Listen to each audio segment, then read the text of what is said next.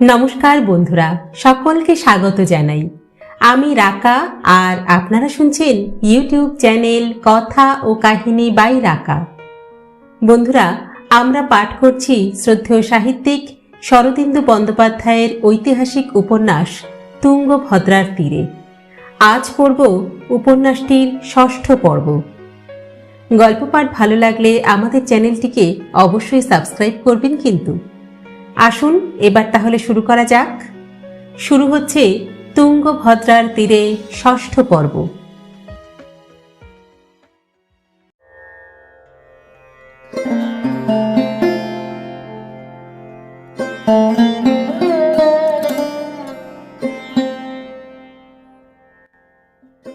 দ্বীপ্রহরের কিছু পূর্বে রাজপুরীর দাসী খাবার লইয়া আসে। দূর হইতে তাহাকে আসতে দেখা যায়। মাথার উপর একটি প্রকাণ্ড থালা, তাহাতে অন্ন ব্যঞ্জন, তার উপর আর একটি অন্ন ব্যঞ্জন পূর্ণ থালা, সর্বোপরি একটি শূন্য থালা উপুড় করা, কোমরে ছোট একটি জলপূর্ণ কলসি।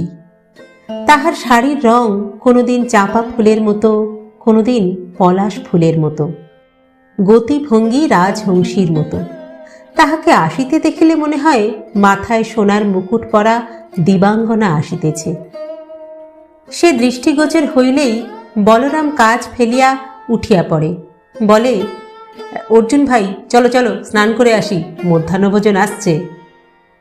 গুহা হইতে ৪-৫ রজ্জু দূরে পৌরভূমির দক্ষিণ কিনারে বিপুল প্রসার কমলা সরোবর। দৈর্ঘ্যে প্রস্থে প্রায় ক্রোশেক স্থান জুড়িয়া স্ফটিকের ন্যায় জল টলমল করিতেছে। দূরে পূর্ব দিকে কমলাপুরমের ঘাট দেখা যায়, কিন্তু অর্জুন ও বলরাম ঘাটে স্নান করিতে যায় না, নিকটেই আঘাটায় স্নান করিয়া ফিরিয়া আসে। গুহায় ফিরিয়া দেখে দাসী পিঠিকার সম্মুখে আহার্য সাজাইয়া বসিয়া আছে। তাহারা আহারে বসিয়া যায়। আহার শেষে দাসী উচ্ছিষ্ট পাত্রগুলি তুলিয়া লইয়া চলিয়া যায়। প্রথম ২-৩ দিন তাহারা দাসীকে ভালো করিয়া লক্ষ্য করে নাই। একদিন খাইতে বসিয়া বলরামের জিজ্ঞাসু চক্ষু তাহার উপর পড়িল। মেয়েটি পা মুড়িয়া অদূরে বসিয়া আছে। তাহার বয়স অনুমান ২০-২১, কচি কলা পাতার মতো স্নিগ্ধ দেহের বর্ণ, ঊর্ধ্বাঙ্গে কাচুলি ও উত্তরীয়, নিম্নাঙ্গে উজ্জ্বল পীত বসন, মধ্যে ডমরুর ন্যায় কোটি উন্মুক্ত, মুখখানি কমনীয়, টানা টানা চোখ, অধর ঈষৎ স্ফুরিত, মুখের ভাব শান্ত এবং সংযত, যেন দর্শকের দৃষ্টি হইতে নিজেকে সরাইয়া রাখিতে চায়। লাজুক নয়, কিন্তু অপ্রগল্ভা। বলরাম তাহার প্রতি কয়েকবার চকিত দৃষ্টিপাত করিয়া শেষে প্রশ্ন করিল, তোমার নাম কি? যুবতীর চোখ দুটি ভূমি সংলগ্ন হইল। সে সংবৃত স্বরে বলিল, মঞ্জিরা।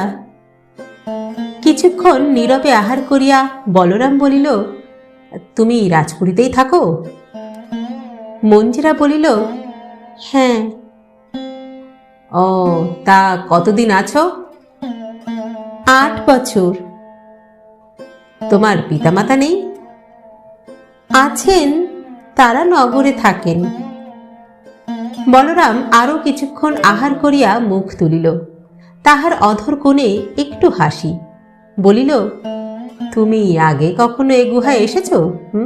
অর্থাৎ আমরা এখানে আসার আগে? মঞ্জিরা চোখ তুলিয়া বলরামের মুখের পানে চাহিল। চোখে ছল কপট নাই, ঋজু দৃষ্টি। বলিল, না। বলরাম বলিল, কিন্তু অপবাদ শুনেছি যে রাজপুরীর দাসী কিঙ্করীরা মাঝে মাঝে রাত্রিকালে এই গুহায় আসে। মঞ্জিরার মুখের ভাব দৃঢ় হইল। সে বলরামের চোখে চোখ রাখিয়া বলিল, যারা দুষ্টু মেয়ে তারা আসে, সকলে আসে না। তিরস্কৃত হইয়া বলরাম চুপ করিল। সেকালের কবিরা অভিসারিকাদের লইয়া যতই মাতামাতি করুন, সমাজে অভিসারিকাদের প্রশংসা ছিল না। বিকীর্ণ কামা নারী সকল যুগে সকল সমাজেই নিন্দিত। তবে একথাও সত্য, সেকালে অভিসারের প্রচলন একটু বেশি ছিল। বলরাম ও অর্জুন আহার শেষ করিয়া আচমন করিতে উঠিল। মঞ্জিরা উচ্ছিষ্ট পাত্রগুলি লইয়া চলিয়া গেল। সেদিন সন্ধ্যার প্রাক্কালে অর্জুন ও বলরাম ভ্রমণের জন্য বাহির হইল। রাজা রাজধানীতে নাই, সভা বসে না। তবু অর্জুন দিনে একবার রাজসভার দিকে যায়। শূন্য সভাঙ্গনে কিছুক্ষণ ঘোরাফেরা করিয়া চলিয়া আসে। আজ বলরামও তাহার সঙ্গে চলিল। গুহা হইতে নিষ্ক্রান্ত হইয়া কিছু দূর যাইবার পর বলরাম দেখিল একটা উঁচু পাহাড়ের চাঙারের পাশে একজন অস্ত্রধারী লোক দাঁড়াইয়া আছে। মুখে প্রচুর গোঁফদাড়ি, মাথায় পাগড়ি, হাতে ভল্ল, কোমরে তরবারি। তাহাদের আসিতে দেখিয়া লোকটা পাথরের আড়ালে অপসৃত হইল। বলরাম বলিল, এসো তো দেখি লোকটা কে। অর্জুনের হাতে হুল বিশিষ্ট দুটি লাঠি ছিল, সুতরাং অস্ত্রধারী অজ্ঞাত পুরুষের সম্মুখীন হইতে ভয় নাই। অর্জুন একটি লাঠি বলরামকে দিল। তারপর দুইজনে দুই দিক হইতে চাঙর ঘুরিয়া অন্তরালস্থিত লোকটির নিকটবর্তী হইল। তাহাদের দেখিয়া লোকটি অপ্রস্তুত হইয়া পড়িল। বলরাম বলিল, বাপু, কে তুমি? তোমার নাম কি, আর এখানে কি চাও? লোকটি বলিল, আমি এখানে পাহারা দিচ্ছি, আমার নাম চতুর্ভুজ নায়ক। বলরাম বলিল, কাকে পাহারা দিচ্ছ? চতুর্ভুজ নায়কের গোঁফ এবং দাড়ির সঙ্গমস্থলে একটু শ্বেতাভা দেখা দিল। সে বলিল, তোমাদের পাহারা দিচ্ছি। বিস্মিত হইয়া বলরাম বলিল, আমাদের পাহারা দিচ্ছ? তা আমাদের অপরাধ? তোমরা গোপনীয় রাজকার্যে ব্যাপৃত আছো, পাছে বাইরের লোক কেউ আসে, তাই মন্ত্রীমশাইয়ের হুকুমে আমরা পাহারা দিচ্ছি, বুঝেছ? ও, বুঝলাম। তা রাত্রেও কি পাহারা থাকে? থাকে। তুমি একা পাহারা দাও, না তোমার মতো চতুর্ভুজ আরও আছে? আমরা 3 জন আছি, পালা করে পাহারা দিই। বাহ বাহ, নিশ্চিন্ত হলাম। তা অভিসারক অভিসারিকাদের একটু ঠেকিয়ে রেখো, কেমন? আমরা একটু ঘুরে আসি। সূর্যাস্তের অল্পকাল পরে অর্জুন ও বলরাম ফিরিয়া আসিল। দেখিল গুহায় দীপ জ্বলিতেছে। মঞ্জিরা খাবার সাজাইয়া বসিয়া আছে। দুজনে খাইতে বসিয়া গেল। রাজবাটি হইতে রোজ নূতন নূতন অন্ন ব্যঞ্জন আসে। আজ আসিয়াছে শর্করা মধুর পিণ্ড ক্ষীর, 2 প্রকার মৎস্য, শূল্য মাংস, উক্ষ মাংস, দুগ্ধ ফেনভীত তণ্ডুল, ঘৃতলিপ্ত রুটিকা, সম্বর, অবদংশ ও পরপট। দক্ষিণ দেশে আহারের নিয়ম মধুরেণ সমাপয়েত নয়, মধুর খাদ্য দিয়া আহার আরম্ভ। অর্জুন ও বলরাম পিণ্ড ক্ষীর মুখে দেয়া পরম তৃপ্তি ভরে ভোজন আরম্ভ করিল। পিণ্ড ক্ষীরের আস্বাদ গ্রহণ করিতে করিতে বলরাম অর্ধমুদিত নেত্রে মঞ্জিরাকে নিরীক্ষণ করিল।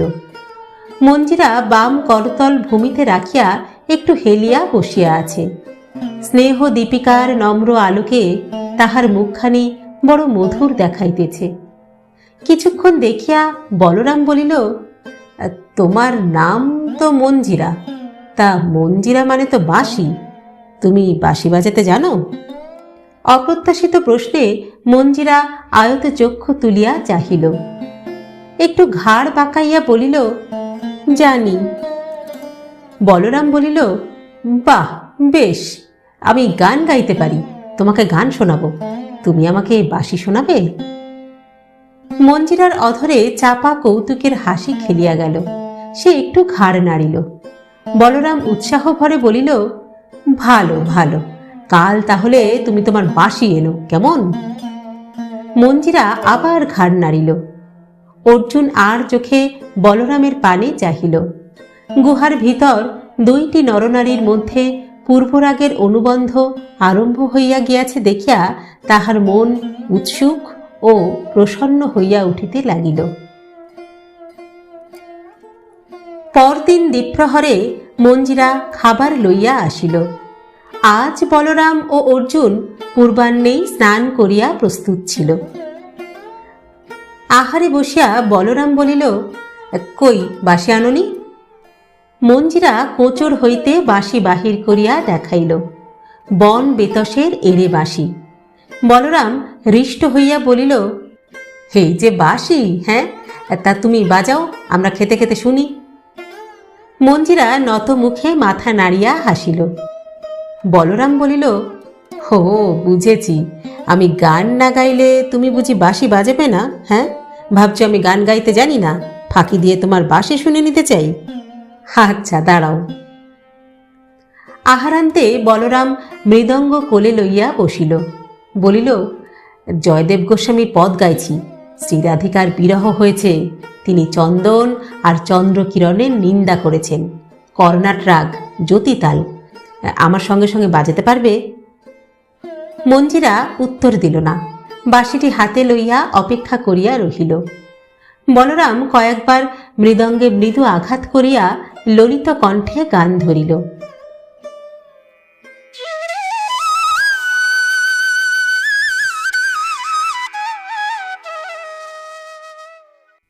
নিন্দতি চন্দন বিন্দু কিরণ মনু বিন্দতি খেদ মধিরম।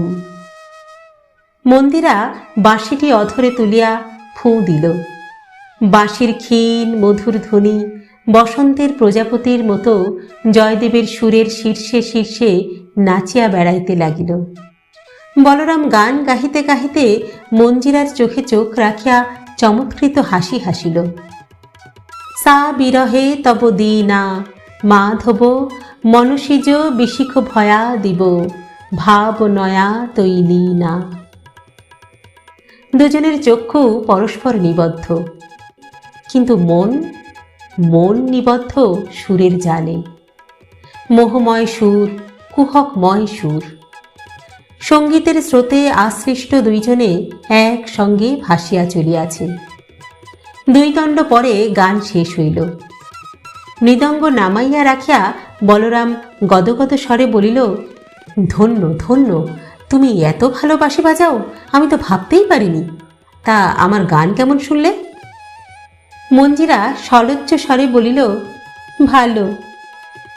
বলরাম হঠাৎ বলিল, ও ভালো কথা, তোমার খাওয়া হয়েছে? মঞ্জিরা মাথা নাড়িয়া বলিল, না। বলরাম বিব্রত হইয়া বলিল, হ্যাঁ, এখনো খাওনি? গান বাজনা পেলে বুঝি তোমার আর খাওয়া দাওয়ার কথা মনে থাকে না? না, এ তো ভারী অন্যায় কথা। যাও যাও, খাও গিয়ে।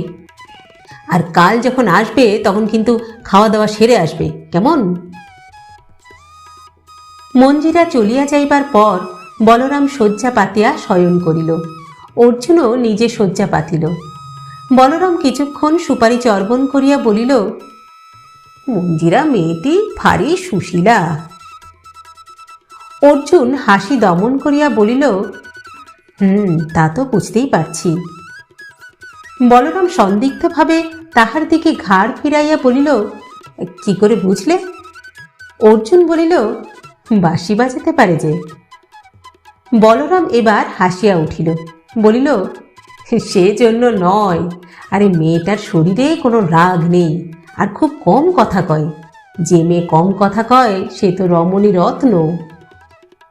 অর্জুনের মনে পড়িল বলরামের পূর্বাতন স্ত্রী মুখরা ও চণ্ডী ছিল। অর্জুন শয্যায় শয়ন করিয়া বলিল, তা বটে। অতঃপর মঞ্জিরা আসে যায়। দ্বিপ্রহরে বলরামের সঙ্গে দুদণ্ড বাঁশি বাজাইয়া তৃতীয় প্রহরে ফিরিয়া যায়। রাত্রে কিন্তু বেশিক্ষণ থাকে না। আহার শেষ হইলে পাত্রগুলি তুলিয়া লইয়া চলিয়া যায়। বলরামের সহিত তাহার আন্তরিক বন্ধন ঘনিষ্ঠ হইতেছে। সঙ্গীতের বন্ধন, নাক পাশের বন্ধন, দুজনকে পাকে পাকে জড়াইয়া ধরিয়াছে। তবু বলরাম সাবধানী লোক। সে জানিয়া লইয়াছে যে মঞ্জিরা অনুরা। পরক্রিয়া প্রীতি যে অতি গর্হিত কার্য তাহা তাহার অবিদিত নাই। এইভাবে দিন কাটিতেছে। বলরাম কামানটি সম্পূর্ণ করিয়াছে, কিন্তু রাজা প্রত্যাবর্তন না করা পর্যন্ত কিছুই করণীয় নাই। কৃষ্ণপক্ষ কাটিয়া শুক্লপক্ষ আরম্ভ হইয়াছে। সন্ধ্যার পর দুই বন্ধু গুহার বাইরে দাঁড়াইয়া তরুণী চন্দ্রলেখার পানে চাহিয়া থাকে। চন্দ্রলেখা দিনে দিনে পরিবর্ধমানা। একদিন এই নিস্তরঙ্গ জীবনযাত্রার মধ্যে এক বিচিত্র অপ্রাকৃত ব্যাপার ঘটিল। দিনটা ছিল শুক্লপক্ষের ষষ্ঠী কি সপ্তমী তিথি। সন্ধ্যার পর যথারীতি আহার সমাপন করিয়া বলরাম ও অর্জুন শয্যায় শয়ন করিয়াছিল। মঞ্জিরা চলিয়া গিয়াছে। দ্বীপের শিখাটি তৈলাভাবে ধীরে ধীরে ক্ষুদ্র হইয়া আসিতেছে। বলরাম আলস্য ভরে জৃম্ভন ত্যাগ করিয়া বলিল, কামানটা পরীক্ষা করে দেখতে হবে ঠিক আছে কিনা, বুঝলে? তা কাল প্রত্যুষেই বেরোবো। অর্জুন বলিল, বেশ তো, কোথায় যাবে? নির্জন কোনো স্থানে, যাতে শব্দ শোনা না যায়। তবে আজ ঘুমিয়ে পড়ো, বুঝলে? শয়নে পদ্ম না পঞ্চ। কিন্তু নিদ্রাকর্ষণের পূর্বেই বাধা পড়িল। গুহার মুখের কাছে ধাবমান পদশব্দ শুনিয়া দুজনেই তরিতে শয্যায় উঠিয়া বসিল। গুহার রন্ধ্রমুখে ধূম্রাকার ছায়া পড়িল। একটি কম্পিত কণ্ঠ শোনা গেল, অর্জুন ভদ্র, বলরাম ভদ্র। অর্জুন গলা চড়াইয়া হাঁক দিল, কে কে তুমি? আমি আমি চতুর্ভুজ নায়ক। দুজনে উঠিয়া দাঁড়াইল। বলরাম বলিল, চতুর্ভুজ, ভিতরে এসো। কি সমাচার হে? প্রহরী চতুর্ভুজ তখন গুহায় প্রবেশ করিয়া আলোকচক্রের মধ্যে দাঁড়াইল। দেখা গেল তাহার চক্ষু ভয়ে গোলাকৃতি হইয়াছে, গোফ দাড়ি রোমাঞ্চিত। সে থরথর স্বরে বলিল, হুক্কপুক্কো হুক্কপুক্কো। হুক্কপুক্কো সে আবার কাকে বলে? চতুর্ভুজ তখন স্খলিত স্বরে যথাসাধ্য বুঝাইয়া বলিল, রাজবংশের প্রবর্তক হরিহর ও বুক্কের প্রেতাত্মা দেখা দিয়াছেন। তাহারা গুহার বাহিরে অনতি দূরে পদচারণ করিতেছেন। চতুর্ভুজ প্রথমে তাহাদের মানুষ বলিয়া সম্বোধন করিয়াছিল, কিন্তু তাহারা মানুষ নয়, প্রেত। চতুর্ভুজের সম্বোধন অগ্রাহ্য করিয়া তাহারা ঘুরিয়া বেড়াইতেছেন। শুনিয়া অর্জুন লাঠি দুটি হাতে লইল, বলিল, চলো দেখি। চতুর্ভুজ মাটিতে বসিয়া পড়িয়া বলিল, ওরে বাবা, আমি আমি যাব না, তোমরা যাও। দুই বন্ধু গুহা হইতে বাহির হইয়া এদিক ওদিক চাহিল। চন্দ্র এখনো অস্ত যায় নাই। জ্যোৎস্না বাষ্পে চারিদিক সমাচ্ছন্ন, কিন্তু কোথাও মানুষ দেখা গেল না। তাহারা তখন আরও কিছুদূর অগ্রসর হইয়া একটি বৃহৎ প্রস্তরখণ্ডের পাশে দাঁড়াইল। হ্যাঁ, সরোবরের দিক হইতে দুইজন লোক আসিতেছে। এখনও দর্শকদের নিকট হইতে প্রায় 100 হস্ত দূরে আছে। একজন দীর্ঘকায় ও কৃশ, অন্য ব্যক্তি খর্ব ও গজস্কন্ধ। চন্দ্রালোকে তাহাদের মুখাবয়ব দেখা যাইতেছে না। তাহারা যেন প্রগাঢ় মনোযোগের সহিত কোনো গোপনীয় কথা আলোচনা করিতেছে। অর্জুন ও বলরামের মাথার উপর দিয়া একটা প্যাচক গম্ভীর শব্দ করিয়া উড়িয়া গেল। বলরাম নিঃশব্দে অর্জুনের হাত ধরিয়া প্রস্তর স্তূপের আড়ালে টানিয়া লইল। দুই মূর্তি অগ্রসর হইতেছে। অর্জুন ও বলরাম পাথরের আড়াল হইতে উঁকি মারিয়া দেখিল, যুগল মূর্তি তাহাদের 20 হাত দূর দিয়া রাজসভার দিকে চলিয়া যাইতেছে। এখনও তাহাদের অবয়ব অস্পষ্ট। মানুষ বলিয়া চেনা যায়, কিন্তু মুখ চোখ ভালো দেখা যায় না। অর্জুন বলরামকে ইঙ্গিত করিল। দুইজনে আড়াল হইতে বাহির হইয়া সমস্বরে তর্জন করিয়া বলিল, কে যায়, কে যায়? দাঁড়াও, দাঁড়াও বলছি। মূর্তি যুগল দাঁড়াইল। তাহাদের দেহভঙ্গিতে বিস্ময় ও বিরক্তি প্রকাশ পাইল। তারপর বুদ্বুদ যেমন ফাটিয়া অদৃশ্য হইয়া যায়, তেমনি তাহারা শূন্যে মিলাইয়া গেল। অর্জুন ও বলরাম দৃষ্টি বিনিময় করিল। বলরাম অধর লেহন করিয়া বলিল, যা দেখবার দেখেছি, চলো এবার গুহায় ফিরি। গুহার ভিতরে চতুর্ভুজ জড়সড়ভাবে বসিয়াছিল। প্রদীপটি নিবু নিবু করিতেছিল। বলরাম প্রদীপে তৈল ঢালিল। প্রদীপ আবার উজ্জ্বল হইল। চতুর্ভুজ বায়সের ন্যায় বিকৃত কণ্ঠে বলিল, দেখলে? বলরাম শয্যায় উপবেশন করিয়া বলিল, দেখলাম, চোখের সামনে একেবারে মিলিয়ে গেল। কিন্তু ওরা যে হুক্কবুক্কের প্রেতাত্মা তা তুমি কি করে জানলে? চতুর্ভুজ শয্যার পাশে আসিয়া বসিল, বলিল, গল্প শুনেছি, হরিহর ছিলেন লম্বা রোগা আর বুক্ক ছিলেন বেটে মোটা। ওরা মাঝে মাঝে দেখা দেন, অনেকেই দেখেছে। রাজ্যে যখন কোনো গুরুতর বিপদ উপস্থিত হয় তখন ওরা দেখা দেন। দুই বন্ধু উদ্বিগ্ন চক্ষে চাহিয়া রহিল। গুরুতর বিপদ? কি বিপদ? তুঙ্গভদ্রার পরপারে মূর্তিমান বিপদ বুভুক্ষু শার্দুলের ন্যায় ঘুরিয়া বেড়াইতেছে, সেই বিপদ? কিংবা অন্য কিছু? চতুর্ভুজের কথায় তাহাদের চিন্তা জাল ছিন্ন হইল। সে বলিল, আজ রাতে আমি গুহার মধ্যে থেকে পাহারা দেব, কি বলো? বলরাম বলিল, হ্যাঁ, সেই ভালো। তুমি আমাদের পাহারা দেবে আর আমরা তোমাকে পাহারা দেব।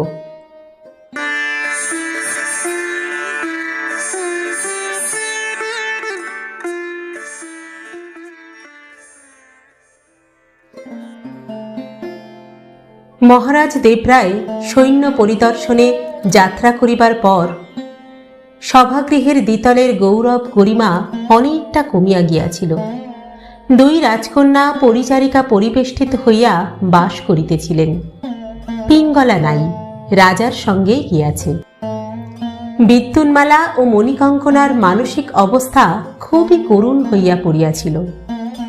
দুই ভগিনীর মনোকষ্টের কারণ সম্পূর্ণ বিভিন্ন।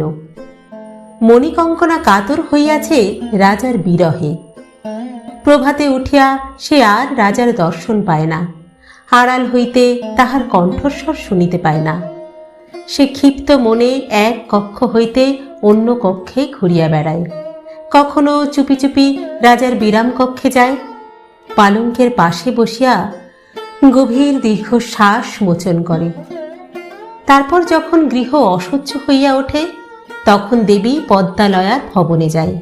সেখানে বালক মল্লিকার্জুনের সঙ্গে ক্রিয়ৎকাল খেলা করিয়া ফিরিয়া আসে। সে লক্ষ্য করে রাজার অবর্তমানে পদ্মালয়ার অবিচল প্রসন্নতা তিল মাত্র ক্ষুণ্ণ হয় নাই। সে মনে মনে বিস্মিত হয়, এরা কেমন মানুষ? বিদ্যুন্মালার সমস্যা অন্য প্রকার।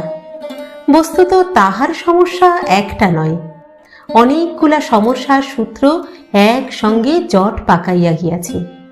বিদ্যুন্মালা যাহাকে বিবাহ করিবার জন্য বিজয়নগরে আসিয়াছেন, সেই দেবরায়ের প্রতি তিনি প্রীতিমতী নন। যাহার প্রতি তাহার মন আসক্ত হইয়াছে সে রাজা নয়, রাজপুত্র নয়, অতি সামান্য এক যুবক। তাহার সহিত রাজপুত্রীর বিবাহের কথা কেহ ভাবিতেই পারে না। পূর্বে অর্জুনের সহিত বিদ্যুন্মালার প্রায় প্রত্যহ দেখা হইত। 10 দিন আগে দ্বিতলের বাতায়নে দাঁড়াইয়া বিদ্যুন্মালা চকিতের ন্যায় অর্জুনকে অশ্বারোহণে চলিয়া যাইতে দেখিয়াছিলেন। তারপর আর তিনি অর্জুনকে দেখেন নাই। শুনিয়াছিলেন অর্জুন দৈত্য কার্যে গিয়াছিল, ফিরিয়া আসিয়াছে, কিন্তু তারপর সে গেল কোথায়? বিদ্যুন্মালা প্রত্যহ অতিথিশালার সম্মুখ দিয়া পম্পাপতির মন্দিরে যান, কিন্তু অর্জুনের দেখা পান না। কি হইল তাহার? দাসীদের প্রশ্ন করিতে শঙ্কা হয়, পাছে তাহারা সন্দেহ করে তিনি অন্তর্দাহে দগ্ধ হইতেছেন। বিবাহ 3 মাস পিছাইয়া গিয়াছে বটে, কিন্তু 3 মাস আর কতটুকু সময়? একটি একটি করিয়া দিন যাইতেছে আর মেয়াদের কাল ফুরাইয়া আসিতেছে। সময় যে যুগপৎ এমন দ্রুত ও মন্থর হইতে পারে তাহা কে জানিত? ভাবিয়া ভাবিয়া রাজকুমারীর দেহ কৃশ হইয়াছে, চোখে একটা অস্বাভাবিক প্রখর দৃষ্টি। জলবদ্ধা কুরঙ্গী বাহির হইবার পথ খুঁজিয়া পাইতেছে না। একদিন সূর্যাস্তকালে বিদ্যুন্মালা নিজ শয্যায় অর্ধ শয়ান হইয়া দুর্ভাবনার জালে জড়াইয়া পড়িয়াছিলেন। মণিকঙ্কনা কক্ষে নাই, বোধ করি নিঃশ্বাস ফেলিতে ফেলিতে রাজার বিরাম কক্ষে ঘুরিয়া বেড়াইতেছে। একটি দাসী ভূমিতলে বসিয়া কুমারীদের পরিধেয় বস্ত্র উর্মি করিতেছিল। কুমারীরা সন্ধ্যা স্নান করিয়া পরিধান করিবেন। সূর্যাস্ত হইলে কক্ষের অভ্যন্তর ছায়াচ্ছন্ন হইল। বিদ্যুন্মালার সারা দেহ সহসা অসহ্য অধীরতায় ছটফট করিয়া উঠিল। তিনি শয্যার উপর উপবিষ্টা হইয়া ডাকিলেন, ভদ্রা। দাসী কাপড় চুনট করিতে করিতে জিজ্ঞাসা মুখ তুলিয়া বলিল, আজ্ঞা রাজকুমারী। বিদ্যুন্মালা বলিলেন, ঘরে আর তিষ্ঠতে পারছি না, চলো না নিচে খোলা আকাশের নিচে বেরিয়ে আসি। ভদ্রা উঠিয়া দাঁড়াইয়া বলিল, তাহলে প্রতিহারিণীদের বলি, আপনি সন্ধ্যা স্নান সেরে বেশ পরিবর্তন করুন। বিদ্যুন্মালা বলিলেন, না না, প্রতিহারিণীদের প্রয়োজন নাই, কেবল তুমি সঙ্গে থাকবে, ফিরে এসে আমি বেশ পরিবর্তন করব। যে আজ্ঞা রাজকুমারী। ভদ্রাকে লইয়া বিদ্যুন্মালা নিচে নামিলেন। সোপানের প্রতিহারিণীরা একবার সপ্রশ্ন ভ্রু তুলিল। ভদ্রা দক্ষিণ হস্তের ঈষৎ ইঙ্গিত করিল। রাজকুমারীরা বন্দিনী নন, কেহ বাধা দিল না। প্রাঙ্গণে নামিয়া বিদ্যুন্মালা এদিক ওদিক দৃষ্টি নিক্ষেপ করিলেন। কেবল উত্তর দিকে পম্পাপতির মন্দিরের পথ তাহার পরিচিত। তিনি বিপরীত দিকে অঙ্গুলি নির্দেশ করিয়া বলিলেন, ওদিকে কি আছে? ভদ্রা বলিল, ওদিকে কমলা সরোবর আছে রাজকুমারী। চলো। বিদ্যুন্মালা সেই দিকে চলিলেন। চলিতে চলিতে ভদ্রা বলিল, রাজকুমারী, কমলা সরোবর এখান থেকে অনেকটা দূরে, প্রায় 8 ক্রোশ। তা অত দূরে কি যেতে পারবেন? বিদ্যুন্মালা উত্তর দিলেন না। ইতস্তত দৃষ্টিপাত করিতে করিতে চলিলেন, কিন্তু তাহার মন অন্তর্নিহিত হইয়া রহিল। সন্ধ্যার সময় লোকজন বেশি নাই। যে 2-4টি পৌরজন সম্মুখে পড়িল, তাহারা কলিঙ্গ কুমারীকে দেখিয়া সসম্ভ্রমে দূরে সরিয়া গেল। খানিক দূরে গিয়া রাজকুমারী অনুভব করিলেন পথ কঙ্করময় হইয়াছে। অদূরে একটি নিচু পাহাড়। তিনি জিজ্ঞাসা করিলেন, ওটা কি? ভদ্রা বলিল, ওটা একটা পাহাড় রাজকুমারী, ওর মধ্যে একটা গুহা আছে, লোকে বলে সংকেত গুহা। ভদ্রার ঠোঁটের কোণে একটু চাপা হাসি দেখা দিল। সংকেত গুহার পরিচয় পুরো স্ত্রীরা সকলেই জানে। রাজকুমারী গুহা সম্বন্ধে আর কোনো ঔৎসুক্য দেখাইলেন না। আরও কিছু দূর অগ্রসর হইয়া দেখিলেন কমলা সরোবর এখনো দূরে। তিনি ফিরিলেন। এই ভ্রমণকালের ফলে বিক্ষিপ্ত মন ঈষৎ শান্ত হইল। পরদিন সায়ংকালে বিদ্যুন্মালা ভদ্রাকে বলিলেন, ভদ্রা, আমি আজ একটু ঘুরে ফিরে আসি, কেমন? তবে তোমাকে আজ আর সঙ্গে যেতে হবে না। ভদ্রার মুখে অব্যক্ত আপত্তি দেখিয়া বলিলেন, ভয় নেই, আমি হারিয়ে যাব না, পথ চিনে ঠিক চলে আসতে পারব। ভদ্রা আর কিছু বলিতে পারিল না। বিদ্যুন্মালা নিচে নামিয়া কাল যেদিকে গিয়াছিলেন সেই দিকেই চলিলেন। পরিচিত পথে চলাই ভালো।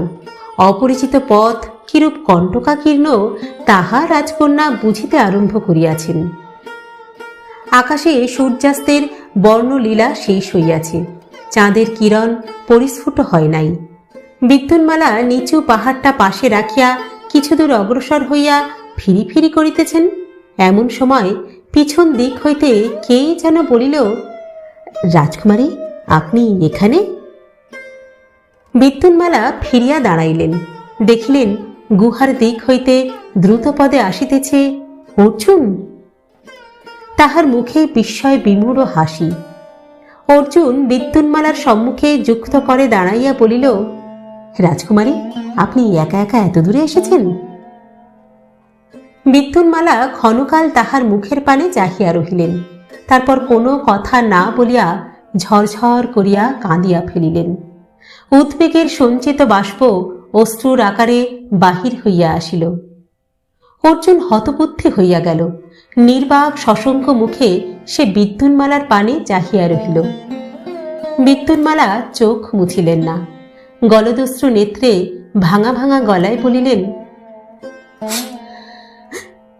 আগে রোজ সকালে আপনাকে দেখতাম, আজকাল দেখতে পাই না কেন? অর্জুন হৃদয়ের মধ্যে একটা চমক অনুভব করিল। রাজকুমারী এ কি বলিতেছেন? কিন্তু না, ইহা সাধারণ কুশল প্রশ্ন মাত্র। অশ্রুজলেরও হয়তো একটা কারণ আছে। রমণীর অশ্রুপাতের কারণ কে কবে নির্ণয় করতে পারিয়াছে। অর্জুন আত্মসম্বরণ করিয়া বলিল, আমি তো এখন আর অতিথি ভবনে থাকি না। রাজা আমাকে কাজ দিয়েছেন, আমি আমার বন্ধু বলরামের সঙ্গে ওই গুহায় থাকি। বিদ্যুন্মালা এবার চোখ মুছিলেন, ঘাড় ফিরাইয়া গুহার দিকে চাহিয়া বলিলেন, গুহায় থাকেন? গুহায় কেন? অর্জুন বলিল, তা তো জানি না, রাজার আদেশ। তা আপনি ভালো আছেন? বিদ্যুন্মালার অধরে একটু ম্লান হাসি খেলিয়া গেল। ভালো? হ্যাঁ, ভালোই আছি। আপনি তো লাঠি চড়ে দেশ বিদেশে ঘুরে বেড়াচ্ছেন। অর্জুন বিস্মিত হইয়া বলিল, আপনি কি করে জানলেন? হো, আমি বোধহয় আপনাকে লাঠি চড়ার কথা বলেছিলাম, তাই না? হ্যাঁ, রাজা আমাকে দূত কার্যে পাঠিয়েছিলেন। কিছুক্ষণ দুজনে নীরব, যেন উভয়েরই কথা ফুরাইয়া গিয়াছে। শেষে অর্জুন বলিল, সন্ধ্যা উত্তীর্ণ হয়ে গেছে, চলুন রাজকুমারী, আপনাকে পৌঁছে দিয়ে আসি। বিদ্যুন্মালা বলিলেন, না, আমি একাই যেতে পারব। কাল এই সময় আপনি এখানে থাকবেন, বুঝলেন? আমি আসব। বিদ্যুন্মালা চলিয়া গেলেন। যাইতে যাইতে কয়েকবার পিছু ফিরিয়া চাহিলেন। অর্জুন দাঁড়াইয়া রহিল। তারপর রাজকন্যা দৃষ্টির বহির্ভূত হইয়া গেলে অশান্ত শঙ্কিত মনে গুহায় ফিরিয়া আসিল। বিদ্যুন্মালার একটি রাত্রি এবং একটি দিন দুঃসহ অধীরতার মধ্যে কাটিল। কিন্তু তিনি মন স্থির করিয়া লইয়াছেন। বায়ু তাড়িত হালভঙ্গ নৌকায় ইতস্তত ভাসিয়া বেড়াইলে কোনো ফল হইবে না। নৌকা ছাড়িয়া জলে ঝাঁপাইয়া পড়িয়া তীরের দিকে যাইতে হইবে। এবার অগাধ জলে সাঁতার। পরদিন সন্ধ্যার কিছু পূর্বে বিদ্যুন্মালা গুহার অভিমুখে গেলেন। মণিবন্ধে একটি মল্লী ফুলের মালা জড়ানো। আজ আর কান্নাকাটি নয়, প্রগল্ভ চটুলতা। অর্জুনের হৃদয় এখনো প্রেমহীন। নারীর তুমিরে যত বাণ আছে সমস্ত প্রয়োগ করিয়া অর্জুনের হৃদয় জয় করিয়া লইতে হইবে। অর্জুন অপেক্ষা করিতেছিল। যে পাষাণ স্তূপের পাশে দাঁড়াইয়া হুক্ক বুক্কের প্রেতাত্মা দর্শন করিয়াছিল, সেই পাষাণ স্তূপে ঠেস দেয়া পথের দিকে চাহিয়াছিল। বিদ্যুন্মালা আসিয়া তাহার সম্মুখে দাঁড়াইল। অর্জুন খাড়া হইয়া দুই কর যুক্ত করিল। বিদ্যুন্মালা হাসিলেন। গোধূলির আলোকে এই হাসির বুদ্ধির দীপ্তি যেন অর্জুনের চোখে ধাঁধা লাগাইয়া দিল। সে দেখিতে পাইল না যে হাসির পিছনে অনেকখানি কান্না, অনেকখানি ভয় লাগিয়া আছে। রাজকন্যা বলিলেন, এদিকটা বেশ নিরিবিলি, তবু স্তম্ভের আড়ালে যাওয়াই ভালো। তিনি আগে আগে চলিলেন। অর্জুন নীরবে তাহার অনুগামী হইল। দুজনে স্তম্ভ পাষাণের অন্তরালে দাঁড়াইল। এখানে কাহারও চোখে পড়িবার আশঙ্কা নাই। বিদ্যুন্মালা অর্জুনের একটু কাছে সরিয়া আসিলেন।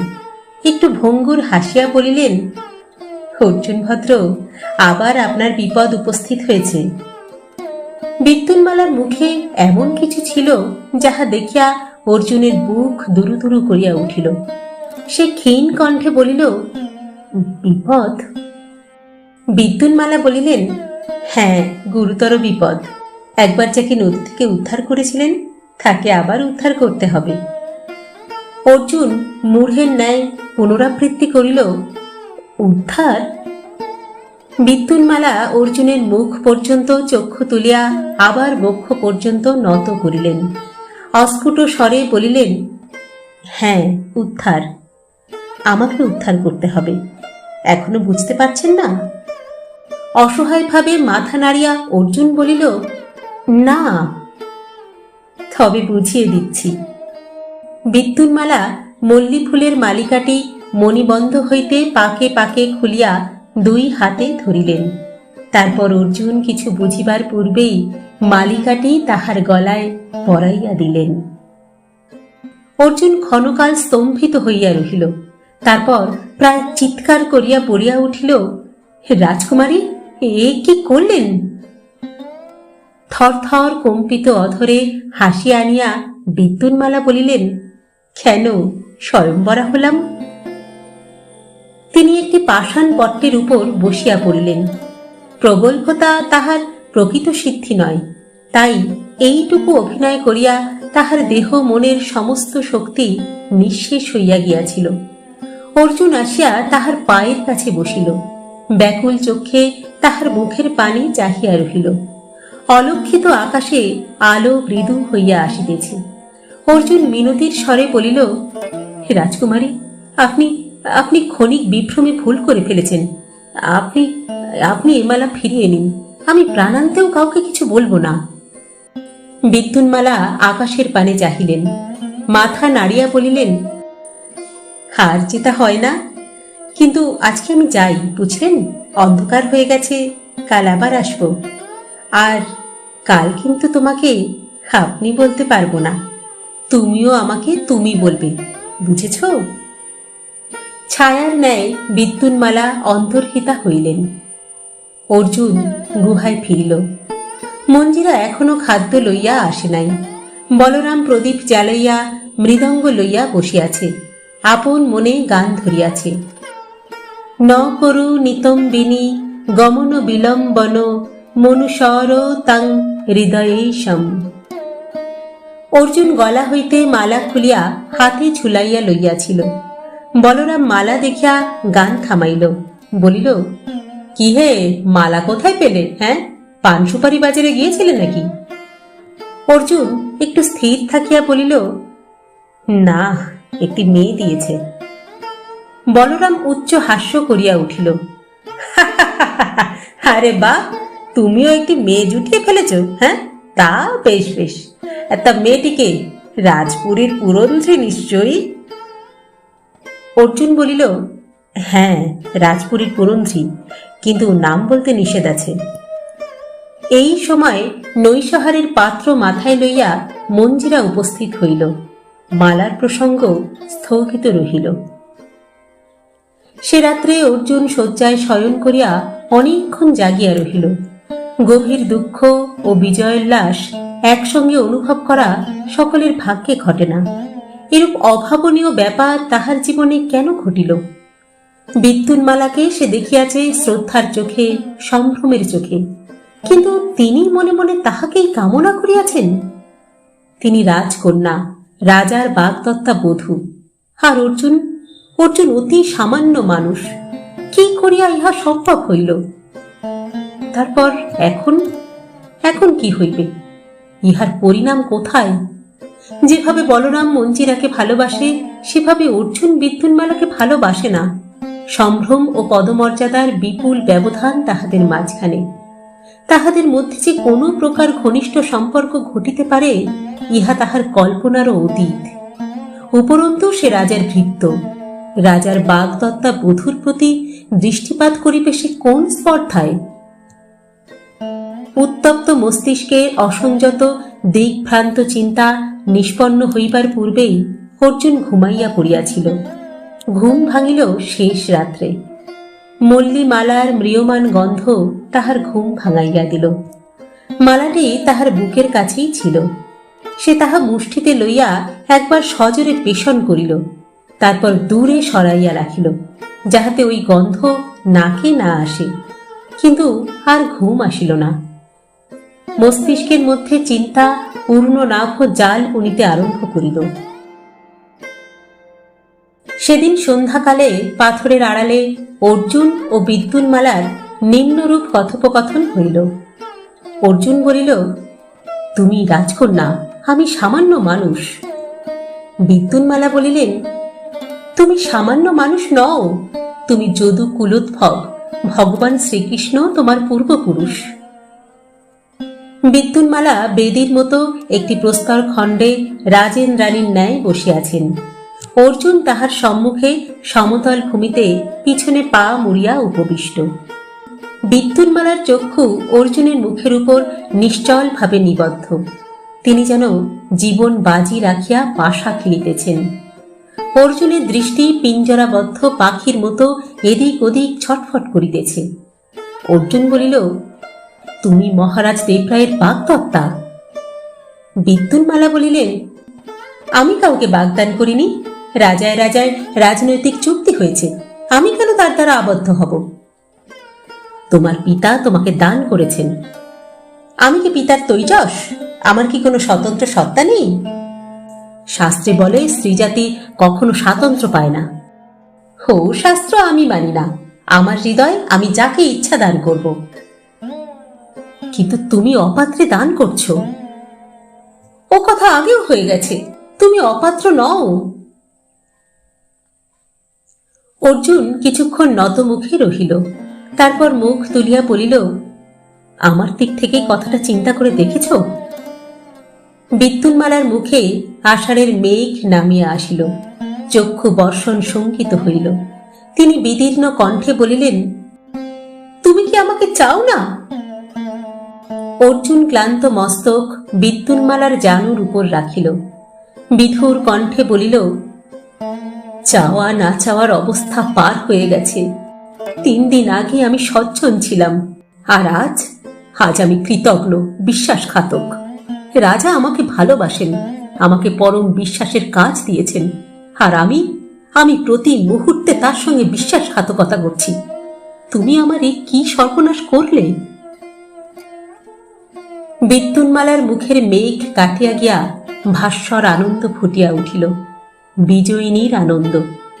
তিনি অর্জুনের মাথায় হাত রাখিয়া কোমল স্বরে বলিলেন, কেন তুমি মিছে কষ্ট পাচ্ছ? রাজা হৃদয়বান লোক, তিনি তোমায় স্নেহ করেন, সবই সত্য। কিন্তু তার তো আরো অনেক ভৃত্য পরিচালক আছে। তুমি না থাকলেও তার চলবে, এবং তিনি না থাকলেও তোমার চলবে। তুমি তো এদেশের অধিবাসী নও। তুমি রাজার কাজ ছেড়ে দাও। চলো, আমরা চুপি চুপি এই দেশ ছেড়ে পালিয়ে যাই। অর্জুন চমকিয়া মুখ তুলিল, বিভ্রান্ত চক্ষে বলিল, এই দেশ ছেড়ে পালিয়ে যাব? এই অমরাবতী ছেড়ে কোথায় পালিয়ে যাব? কোথায় যাব? ম্লেচ্ছের দেশে? না না না, আমি তা পারবো না। সে উঠিয়া দাঁড়াইল। বিদ্যুন্মালাও সঙ্গে সঙ্গে উঠিয়া তাহার হাত ধরিলেন। তিনি কিছু বলিবার উপক্রম করিতেছেন, এমন সময় প্রস্তর স্তম্ভের অন্তরাল হইতে শব্দ শুনিয়া থমকিয়া গেলেন। অর্জুন শরীর শক্ত করিয়া দাঁড়াইয়া রহিল। শব্দটা আর কিছু নয়, মঞ্জিরা আপন মনে গানের কলি গুঞ্জরণ করিতে করিতে খাবার লইয়া গুহার দিকে যাইতেছে। দুইজনে রুদ্ধশ্বাসে দাঁড়াইয়া রহিলেন। মঞ্জিরা তাহাদের দেখিতে পাইল না। তাহার গানের গুঞ্জন দূরে মিলাইয়া গেল। বিদ্যুন্মালা অর্জুনের কানে অধর স্পর্শ করিয়া চুপি চুপি বলিলেন, আজ যাই, কাল আবার আসবো, কেমন? তিনি জ্যোৎস্না কুহেলির মধ্যে অদৃশ্য হইয়া গেলেন। অর্জুন হর্ষ বিষাদ ভরা অন্তরে গুহায় ফিরিতে ফিরিতে মনে মনে প্রতিজ্ঞা করিল, কাল আর সে বিদ্যুন্মালার সঙ্গে দেখা করিতে আসিবে না। কিন্তু প্রতিজ্ঞা রহিল না। পরদিন সে যথা কালে যথা স্থানে আবার উপস্থিত হইল। যৌবন ও বিবেক বুদ্ধির দড়ি টানাটানি চলিতে লাগিল। এইভাবে কয়েকদিন কাটিল, কিন্তু সমস্যার কোনো নিষ্পত্তি হইল না।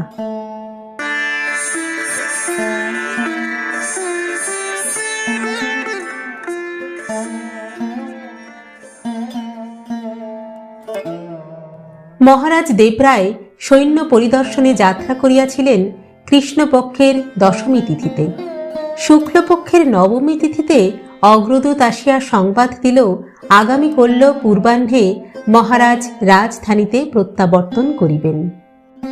রাজপুরী এই এক পক্ষকাল যেন ঝিমাইয়া পড়িয়াছিল, আবার চনমনে হইয়া উঠিল। মণিকঙ্কনার হৃদয়ে আনন্দের হিন্দোলায় তুলিতেছে। কাল মহারাজ আসিবেন, কত দিন পরে তাহার দর্শন পাইবে। প্রতীক্ষার উত্তেজনায় সে আত্মহারা। দিন কাটে তো রাত কাটে না। বিদ্যুন্মালার মানসিক অবস্থা সহজেই অনুমেয়। রাজার অনুপস্থিতিকালে তিনি প্রবল হৃদয়বৃত্তির স্রোতে অবাধে ভাসিয়া চলিয়াছিলেন। বাধা বিঘ্নগুলি ক্ষুদ্র হইয়া গিয়াছিল। এখন বাধা বিঘ্নগুলি পর্বত প্রমাণ উচ্চ হইয়া দাঁড়াইল। ভয়ে তাহার বুক শুকাইয়া গেল। তাহার সংকল্প তিল মাত্র বিচলিত হইল না। কিন্তু সংকল্প সিদ্ধির সম্ভাবনা কঠিন নৈরাশ্যের আঘাতে ভূমিষ্যাৎ হইল। কি হইবে? অর্জুন পলায়ন করিতে অসম্মত। তবে কি মৃত্যু ভিন্ন এ সংকট হইতে উদ্ধারের অন্য কোনো পথ নাই? বিদ্যুন্মালা উপাধানে মুখ গুজিয়া নীরবে কাঁদিলেন। চোখের জলে উপাধান সিক্ত হইল, কিন্তু অন্ধকারে পথের দিশা মিলিল না। অর্জুনের অবস্থা বিদ্যুন্মালার অনুরূপ হইলেও তাহার মনে অনেকখানি আত্মগ্লানি মিশ্রিত আছে। বিদ্যুন্মালাকে সে ইচ্ছার বিরুদ্ধে ভালোবাসিয়াছে, কিন্তু সমস্ত প্রাণ উৎসর্গ করিয়া ভালোবাসিয়াছে। মনের মধ্যে এমন নিবিড় প্রেমের অনুভূতি পূর্বে তাহার অজ্ঞাত ছিল। কিন্তু প্রেম যত গভীরই হোক, তাহার দ্বারা অপরাধ বোধ তো দূর হয় না। প্রেম যখন সমস্ত হৃদয়ে অধিকার করিয়াছে, তখনও মস্তিষ্কের মধ্যে চিন্তার ক্রিয়া চলিয়াছে, আমি রাজার সহিত কৃতজ্ঞতা করিয়াছি। যিনি আমার অন্নদাতা, যিনি আমার প্রভু, তাহারই সহিত বিশ্বাসঘাতকতা করিয়াছি। কেন বিদ্যুন্মালার প্রেম প্রথমেই প্রত্যাখ্যান করি নাই? কেন বারবার তাহার সহিত সাক্ষাৎ করিয়াছি? এখন এখন কি হইবে? রাজার সম্মুখে গিয়া দাঁড়াইব কেমন করিয়া? তাহার চোখে চোখ রাখিয়া চাহিব কোন সাহসে? তিনি যদি মুখ দেখিয়া মনের কথা বুঝিতে পারেন। এ কথা কাহাকেও বলিবার নয়। বলরামকেও সে মুখ ফুটিয়া বলিতে পারে নাই। বলরাম তাহার চিত্ত বিক্ষোভ লক্ষ্য করিয়াছে, মাঝে মাঝে প্রশ্ন করিয়াছে, কিন্তু সত্য উত্তর পায় নাই। সে ভাবিয়াছে অর্জুনের হৃদয় এখনো পিতৃশোকে মুহ্যমান। এদিকে এই অবস্থা, ওদিকে কুমার কম্পন রাজার আশু প্রত্যাবর্তনের সংবাদ পাইয়া সর্বাঙ্গে উত্তেজনার শিহরণ অনুভব করিলেন। সময় উপস্থিত, আর বিলম্ব নয়। এবার গৃহপ্রবেশের নিমন্ত্রণ পাঠাইতে হইবে। যাহারা রাজার বিশ্বাসী প্রিয়পাত্র, কেবল সেই সব মন্ত্রী সভাসদকে তিনি নিমন্ত্রণ করিবেন। তারপর সকলে একত্রিত হইলে রাজার সঙ্গে সকলকে একসঙ্গে নির্মূল করিতে হইবে। কবে নিমন্ত্রণ করিলে ভালো হয়? কাল রাজা ফিরিবেন, হয়তো ক্লান্ত দেহে নিমন্ত্রণ রক্ষা করিতে পারিবেন না। সুতরাং পরশুই শুভ দিন। কুমার কম্পন বাছা বাছা রাজপুরুষদের নিমন্ত্রণ পাঠাইলেন এবং নবনির্মিত গৃহে অতিথি সৎকারের আয়োজন করিতে লাগিলেন। পিতা বীর বিজয়ের কথাও কম্পন ভুলিলেন না। বুড়া তাহাকে দুচক্ষে দেখিতে পারেন না, তাহারও সদ্গতি করিতে হইবে। পরদিন মধ্যাহ্নের 2 দণ্ড পূর্বে মহারাজ দেবরায় ডঙ্কা বাজাইয়া সদল বলে পুরীতে ফিরিয়া আসিলেন। সভাগৃহের বহিঃপ্রাঙ্গণে বৃহৎ জনতা অপেক্ষা করিতেছিল। তন্মধ্যে 2 জন প্রধান, কুমার কম্পন এবং ধন্নায়ক লক্ষণ। 700 পুরো প্রহরিণী শঙ্খ বাজাইয়া তুমুল নির্ঘোষে রাজার সম্বর্ধনা করিল। রাজা অশ্ব হইতে অবতরণ করিতেই কুমার কম্পন ছুটিয়া আসিয়া তাহার জানু স্পর্শ করিয়া প্রণাম করিলেন। বলিলেন, আর্য আর্য, আপনি ছিলেন না। রাজপুরী যেন অন্ধকার ছিল। আজ এক পক্ষকাল পরে আবার সূর্যোদয় হল। কুমার কম্পন অতিশয় মিষ্টভাষী, কিন্তু তাহার মুখেও কথাগুলি চাটু বাক্যের মতো শুনাইল। রাজা একটু হাসিলেন, ভ্রাতার স্কন্ধে হাত রাখিয়া বলিলেন, তোমার সংবাদ শুভ। গৃহপ্রবেশের আর বিলম্ব কত? কম্পন বলিলেন, গৃহ প্রস্তুত আর্য। কেবল আপনার জন্য গৃহপ্রবেশ আমি স্থগিত রেখেছি। কাল সন্ধ্যার সময় আপনাকে আমার নূতন গৃহে পদার্পণ করতে হবে আর্য। কাল আমার গৃহপ্রবেশের শুভ মুহূর্ত স্থির হয়েছে। রাজা বলিলেন, তোমার নূতন গৃহে আমি অবশ্যই পদার্পণ করব। ধন্য আর্য, ধন্য। কম্পন আর দাঁড়াইলেন না। বেশি কথা বলিলে পাছে মনোগত অভিপ্রায় প্রকাশ হইয়া পড়ে, তাই তাড়াতাড়ি তিনি প্রস্থান করিলেন। রাজা তখন মন্ত্রী, উপমন্ত্রী, সভাসদ, বিদেশীয় রাষ্ট্রদূত প্রভৃতি সমবেত প্রধানদের দিকে ফিরিলেন। প্রত্যেককে মিষ্ট সম্ভাষণ করিয়া কিছু সংবাদের আদান প্রদান করিয়া বিরাম ভবনে প্রবেশ করিলেন। ইতিমধ্যে পিঙ্গলা আসিয়া দ্বিতলের বিশ্রামকক্ষের তত্ত্বাবধান করিয়াছিল, পাচকেরা রান্না চড়াইয়াছিল। রাজা অতরিতভাবে স্নান করিলেন, তারপর ধীরে সুস্থে আহারে বসিলেন। আহার শেষ হইতে বেলা দ্বিপ্রহর অতীত হইয়া গেল। রাজা পালঙ্কে অঙ্গ প্রসারিত করিলেন। পিঙ্গলা ভূমিতলে বসিয়া পান সাজিতে প্রবৃত্ত হইল। রাজা অলস কণ্ঠে প্রশ্ন করিলেন, কলিঙ্গ কুমারীদের সংবাদ নিয়েছ পিঙ্গলা? পিঙ্গলা বলিল, আজ্ঞে মহারাজ, তারা সব কুশলেই আছেন। এই সময় নবজলধরে বিজুরি রেখার ন্যায় মণিকঙ্কনা কক্ষে প্রবেশ করিল। ছায়াচ্ছন্ন কক্ষটি তাহার রূপের প্রভায় যেন প্রভাময় হইয়া উঠিল। তাহাকে দেখিয়া মহারাজ সহস্রমুখে শয্যায় উঠিয়া বসিবার উপক্রম করিলেন। মণিকঙ্কনা তাহাকে প্রণাম করিয়া বলিল, উঠবেন না মহারাজ, আপনি বিশ্রাম করুন। পিঙ্গলা, তুমি ওঠো, আমি আজ মহারাজকে পান সেজে দেব। পিঙ্গলা হাসি মুখে সরিয়া দাঁড়াইল। মণিকঙ্কনা তাহার স্থানে বসিয়া পান সাজিতে লাগিল। রাজা পাশ ফিরিয়া অর্ধশয়ানভাবে তাহার তাম্বুল রচনা দেখিতে লাগিলেন। পিঙ্গলা স্মিত মুখে বলিল, ধন্য রাজকুমারী, পান সাজতেও জানেন? মণিকঙ্কনা পর্ণপত্রে খদির লেপন করিতে করিতে বলিল, কেন জানব না, কতবার মাতাদের পান সেজে দিয়েছি। কলিঙ্গ দেশে পান খাওয়ার খুব প্রচলন, তবে উপকরণে একটু বিশেষত্ব আছে। পানের সঙ্গে গোয়া খদির, কর্পূর, দারুচিনি এসব তো থাকেই। চুয়া, কেয়া খদির, নারঙ্গ ফুলের ত্বক, কেশর প্রভৃতিও থাকে। এই নিন মহারাজ। মণিকঙ্কনা উঠিয়া পানের তবক রাজার সম্মুখে ধরিল। তিনি সেটি মুখে দিয়া কিছুক্ষণ চিবাইলেন, তারপর বলিলেন, চমৎকার পান। তুমি এত ভালো পান সাজতে জানো, জানলে পরে তো আমি আগে তোমারই স্মরণ নিতাম। কাল থেকে তুমি নিত্য দ্বিপ্রহরে এসে আমাকে পান সেজে দিয়ে যাবে, কেমন? মণিকঙ্কনা কৃতার্থ হইয়া বলিল, তাই দেব মহারাজ। আমাদের সঙ্গে কিছু কলিঙ্গ দেশীয় পানের উপকরণ আছে, তাই দিয়ে আপনাকে পান সেজে দেব। সে আবার পানের বাটা লইয়া বসিতে যাইতেছিল। এমন সময় নিঃশব্দ পদে ধর্নায়ক লক্ষণ মল্লভ প্রবেশ করিলেন। মণিকঙ্কনা বলিল, ও মা, মন্ত্রীমশাই এলেন, এবার বুঝি রাজকার্য হবে, তাহলে আমি যাই। রাজার প্রতি দীর্ঘ বিলম্বিত দৃষ্টি সম্পাত করিয়া সে নিষ্ক্রান্ত হইল। মন্ত্রী পালঙ্কের শিয়রের দিকে ভূমিতলে বসিলেন। পিঙ্গলা তাম্বুল করঙ্গ তাহার দিকে আগাইয়া দিয়া ঘর হইতে চলিয়া গেল। রাজার সঙ্গে ভ্রমণ করিয়া ফিরিবার পর থেকে সে এখনো এক পলকের জন্য বিশ্রাম পায় নাই। রাজা ও মন্ত্রীর মধ্যে বাক্যালাপ আরম্ভ হইল। মন্ত্রী মহাশয়ের নিবেদন করিবার বিশেষ কিছু ছিল না।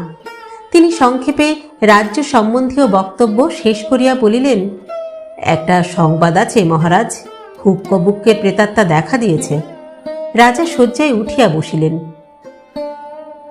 বলিলেন, হুক্কবুক্ক দেখা দিয়েছেন? কে দেখেছে? মন্ত্রী বলিলেন, অর্জুন ও বলরামের গুহা পাহারা দেবার জন্য যাদের নিয়োগ করেছিলাম তাদের মধ্যেই একজন দেখেছে। অর্জুন আর বলরামও দেখেছে।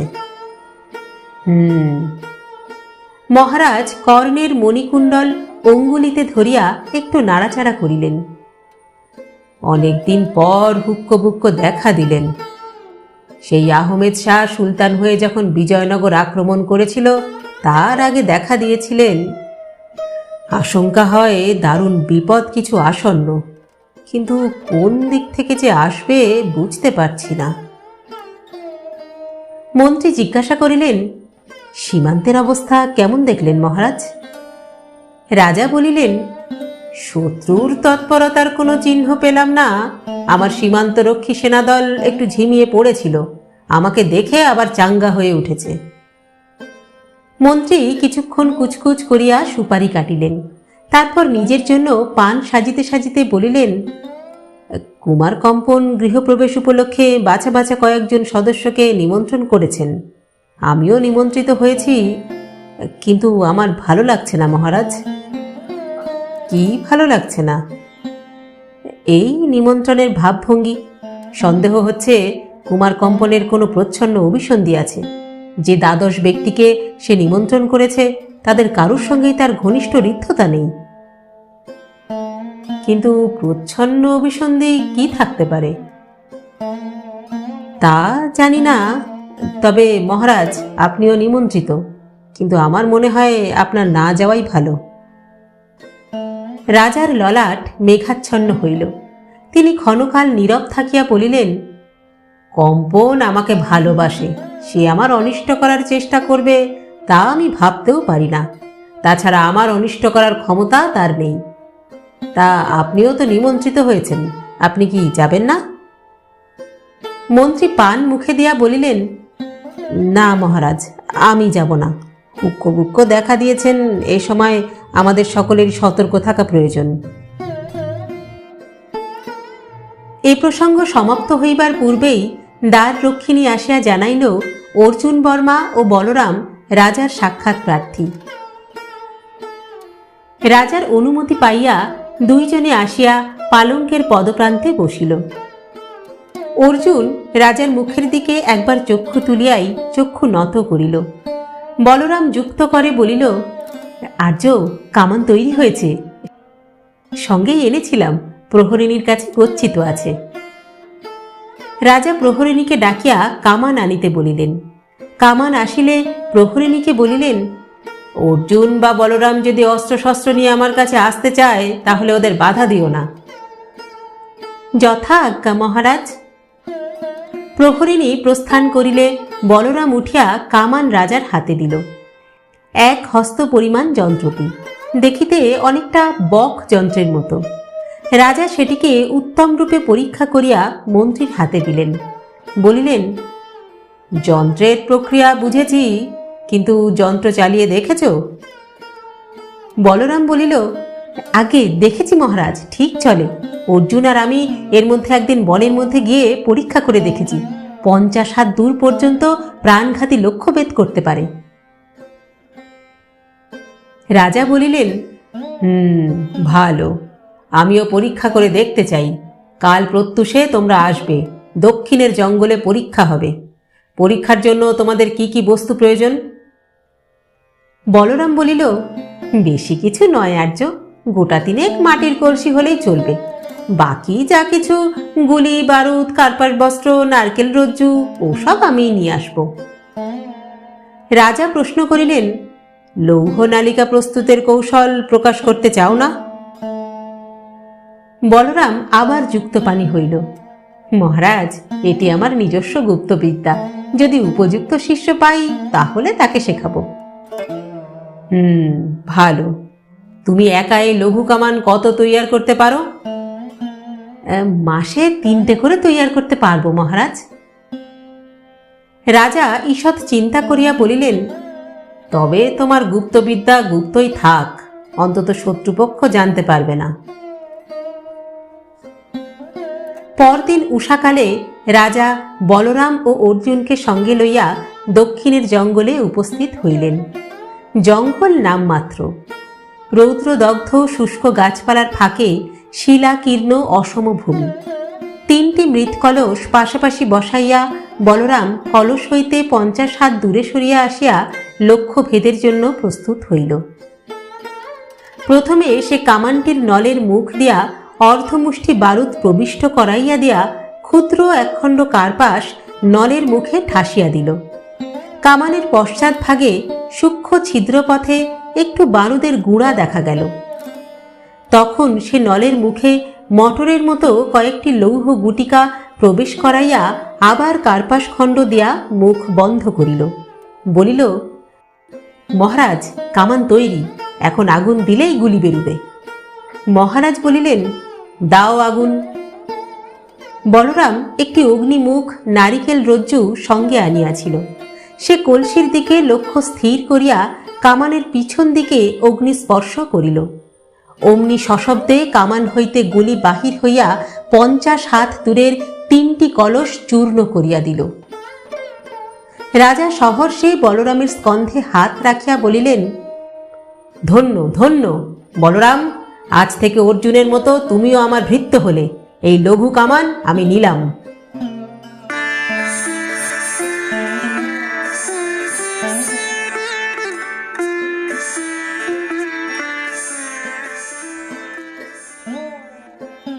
সন্ধ্যার পর কুমার কম্পনের নূতন প্রাসাদ দীপমালায় সজ্জিত হইয়াছিল।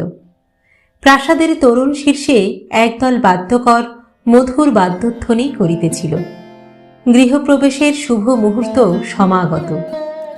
প্রাসাদে এখনো পুরস্ত্রীগণের শুভাগমন হয় নাই।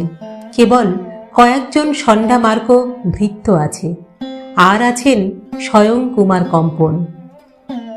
অতিথিরা একে একে আসিতে লাগিলেন। তাহারা সংখ্যায় বেশি নয়, মাত্র 12 জন। কুমার কম্পন পরম সমাদরের সহিত সকলকে গোষ্ঠাগারে বসাইলেন।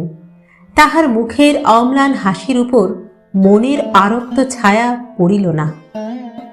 12 জন সমবেত হইলে কুমার কম্পন বলিলেন, ভদ্র মহোদয়গণ, আমি মানুষ করেছি আমার গৃহের প্রত্যেকটি কক্ষে একটি করে অতিথিকে ভোজন করাবো, তাহলে আমার সমস্ত গৃহ পবিত্র হবে। অতিথিরা হর্ষ জ্ঞাপন করিলেন। কুমার কম্পন একজনকে লক্ষ্য করিয়া বলিলেন, জিমুৎবাহন ভদ্র, আপনি বয়োজ্যেষ্ঠ, আপনি আগে আসুন। বয়োজ্যেষ্ঠ জিমুৎবাহন ভদ্র গাত্রোত্থান করিয়া কুমার কম্পনের অনুসরণ করিলেন। বাকি সকলে বসিয়া নিজ নিজ বয়সের তুলনামূলক আলোচনা করিতে লাগিলেন। কুমার কম্পন অতিথিকে একটি কক্ষে লইয়া গেলেন। বহু দ্বীপের আলোকে কক্ষটি প্রভান্বিত। শঙ্খ শুভ্র কুট্টিমের উপর শ্বেত প্রস্তরের পিঠিকা। পিঠিকার সম্মুখে নানাবিধ অন্ন ব্যঞ্জন পূর্ণ থালি। 2 জন ভৃত্য অদূরে দাঁড়াইয়া আছে। একজনের হাতে ভৃঙ্গার ও পানপাত্র, অন্য ভৃত্য চামর লইয়া অপেক্ষা করিতেছে। কুমার কম্পন অতিথিকে বলিলেন, আসন গ্রহণ করুন ভদ্র। ভদ্র পিঠিকায় উপবিষ্ট হইলেন। কুমার কম্পন বলিলেন, অগ্রে ফলাম্র রস পান করুন ভদ্র। ভৃত্য পান পাত্রে পানীয় ঢালিয়া ভদ্রের হাতে দিল। ভদ্র পানপাত্র মুখে দিয়া এক নিঃশ্বাসে পান করিলেন। পাত্র ভৃত্যের হাতে প্রত্যার্পণ করিয়া তিনি ক্ষণকাল স্থির হইয়া রহিলেন। তারপর ধীরে ধীরে পাশের দিকে ঢলিয়া পড়িলেন। কুমার কম্পন অপলক নেত্রে অতিথিকে নিরীক্ষণ করিতেছিলেন। তাহার মুখে চকিত হাসি ফুটিল। অব্যর্থ বিষ। বিষ বৈদ্য যাহা বলিয়াছিল তাহা মিথ্যা নয়। তিনি ভৃত্যদের ইঙ্গিত করিলেন। ভৃত্যেরা অতিথির মৃতদেহ ধরাধরি করিয়া পিছনের দ্বার দিয়া প্রস্থান করিল। কুমার কম্পনের মস্তকে ধীরে ধীরে হত্যার মাদকতা চড়িতেছে। চোখের দৃষ্টি ঈষৎ অরুণাভ হইয়াছে। তিনি অন্য অতিথিদের কাছে ফিরিয়া গেলেন।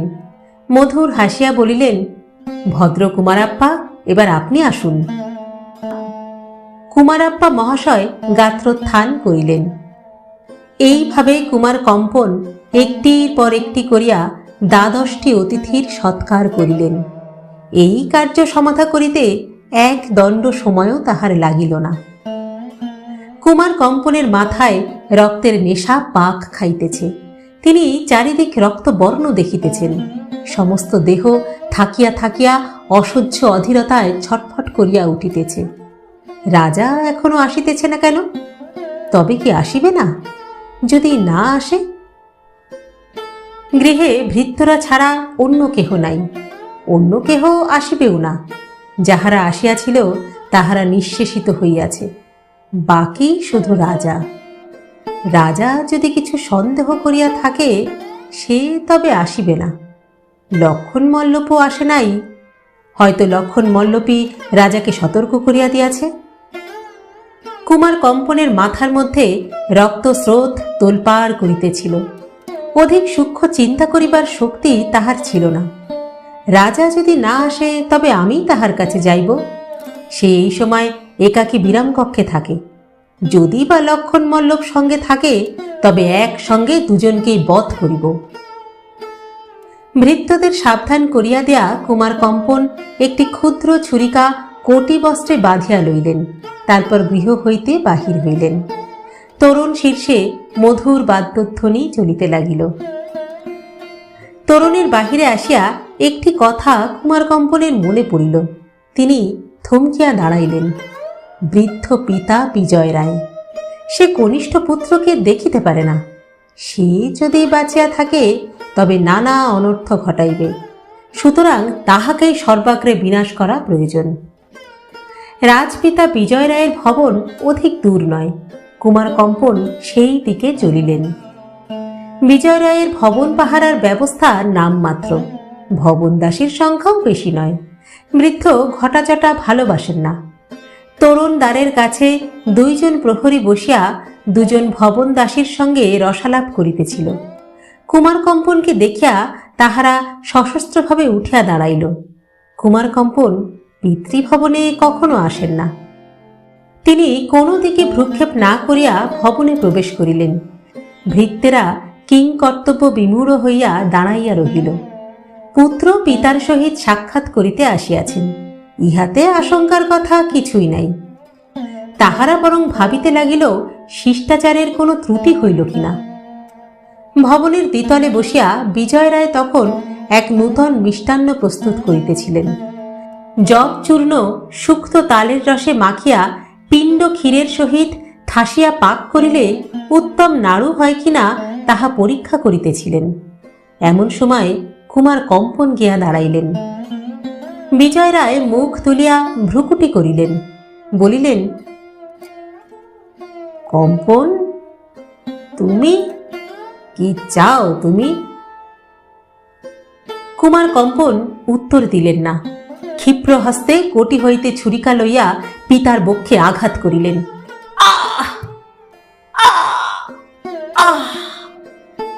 ছুরিকা পঞ্জরের অন্তর দিয়া হৃৎপিণ্ডে প্রবেশ করিল। বিজয় রায় চিত হইয়া পড়িয়া গেলেন। তাহার মুখ দিয়া কেবল একটি ত্রস্ত বিস্মিত শব্দ বাহির হইল, অধম। কম্পন, অধম।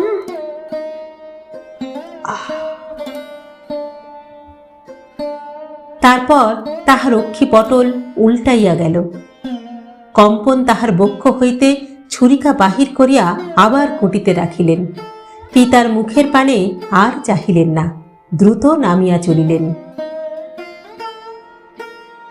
সূর্যাস্তকালে অর্জুন অভ্যাসমতো সভাগৃহের প্রাঙ্গণে আসিয়াছিল। অভ্যাসবশতই লাঠি দুটি তাহার সঙ্গে ছিল। ক্রমে সন্ধ্যা হইল। মহারাজ সভাভঙ্গ করিয়া দ্বিতলে প্রস্থান করিলেন। তবু অর্জুন প্রাঙ্গণে ঘোরাঘুরি করিতে লাগিল। রাজার সহিত সাক্ষাৎ করিবার কোনো নিমিত্ত ছিল না। রাজা তাহাকে আহ্বান করেন নাই, কিন্তু তাহার মন তথাপি গুহায় ফিরিয়া যাইতে চাহিল না। এই গৃহে বিদ্যুন্মালা আছেন, তাই কি সে নিজের অজ্ঞাতে এই গৃহের ছায়া ত্যাগ করিতে পারিতেছে না? অকারণে প্রাঙ্গণে ঘুরিয়া বেড়ায়। মানুষের মন দুর্গেয়। মন কখন মানুষকে কোন দিকে টানিতেছে, কোন দিকে ঠেলিতেছে, কিছুই বোঝা যায় না। চাঁদ উঠিয়াছে, প্রাঙ্গণ জনবিরল হইয়া গিয়াছে। সহসা অর্জুন দেখিল কুমার কম্পন আসিতেছেন। তাহার গতিভঙ্গিতে অস্বাভাবিক ব্যগ্রতা পরিদৃষ্ট হইতেছে। তিনি অর্জুনের দিকে দৃষ্টিক্ষেপ করিলেন না, সভাগৃহের দ্বারের অভিমুখে চলিলেন। অর্জুন চকিত হইয়া লক্ষ্য করিল তাহার কোটিতে একটি ছুরিকা আবদ্ধ রহিয়াছে। কম্পন অবশ্য রাজার সহিত সাক্ষাৎ করিতে যাইতেছেন, কিন্তু সঙ্গে ছুরি কেন? অস্ত্র লইয়া রাজার সম্মুখে যাওয়া তো নিষিদ্ধ। বিদ্যুৎ বেগে কয়েকটি চিন্তা তাহার মাথার মধ্যে খেলিয়া গেল। কুমার কম্পন সোপান বাহিয়া দ্রুত পদে উঠিতে লাগিলেন। সোপানের প্রতিহারিণীরা বাধা দিল না। কারণ রাত সকাশে কম্পনের অবাধ গতি। কম্পন রাজার বিরাম কক্ষে প্রবেশ করিয়া দেখিলেন দীপান্বিত কক্ষে অন্য কেহ নাই। রাজা পালঙ্কে শুইয়া চক্ষু মুদিয়া আছেন, বোধহয় নিদ্রিত। কম্পন ক্ষিপ্র চরণে সেই দিকে চলিলেন। রাজা কিন্তু নিদ্রা যান নাই, চক্ষু মুদিয়া রাজ্য চিন্তা করিতেছিলেন। পদশব্দে চক্ষু মিলিয়া তিনি উঠিয়া বসিলেন। কম্পনের ভাবভঙ্গি স্বাভাবিক নয়।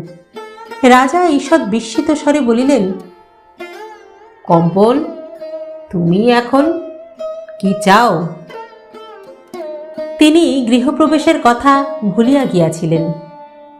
কম্পনের হিংস্র মুখে হাসি ফুটিল। তিনি ছুরিকা হাতে লইয়া বলিলেন, রাজ্য চাই, আমি আমি রাজ্য চাই, আমি রাজ্য চাই, আমি রাজ্য চাই।